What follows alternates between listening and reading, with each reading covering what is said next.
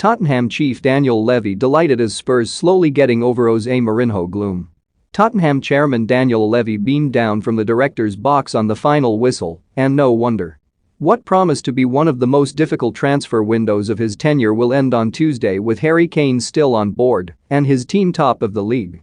On top of that, he has made a couple of acquisitions and shifted on some of the deadwood left, and as if that were not satisfying enough, fierce rivals Arsenal are rock bottom of the table. Even the suggestion doing the rounds that he had signed off on Moussa Sissoko's transfer too without realizing the Hornets were their own opponents this weekend could dampen his spirits.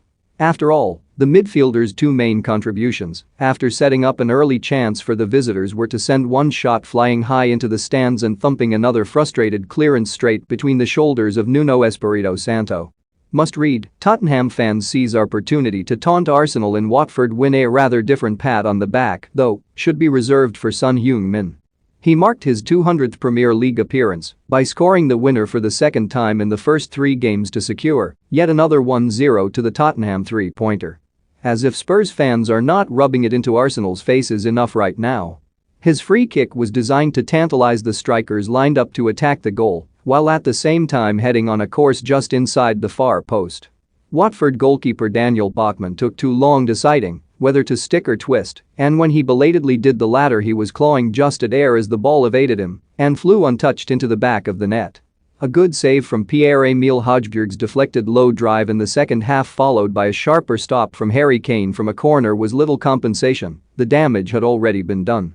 Once Tottenham had got their noses in front, they looked good for their lead and not at all Spursy, to coin the usual insult for past wobbles. Perhaps some of Levy's stoicism in the negotiating room has at last translated itself onto the field. Davinson Sanchez seemed to have regained some of his belief. Japhet Tanganga was back showing the promise that saw him promoted so forcefully in the early days under Jose Mourinho. More Premier League news, Man United boss Ole Gunnar Solskjaer confirms Cristiano Ronaldo plans. Arsenal chiefs decide stance on sacking Arteta after Man City defeat. Naby Keita's agent calls out Liverpool's Jurgen Klopp for Chelsea draw, and Oliver Skip is developing into a lively foil alongside Højbjerg to stiffen the backbone of the team. Watford had little more than the blunt instruments of pace and power to hit Spurs with, and, while the hope is that will be enough against lesser teams on which to build some sort of scrappy survival bid, realistically it never really looked like hurting Tottenham. At the other end, a very late deflection robbed Kane of a simple tap-in at the far post to put the game to bed. He still has not opened his Premier League account, and Spurs have reached the summit with little contribution from the man who was always their talisman. But perhaps that halo slipping with his behavior over the summer has shone some light on some of those other players, such as Son, who are slowly lifting the club out of the gloom of the end of the Mourinho era.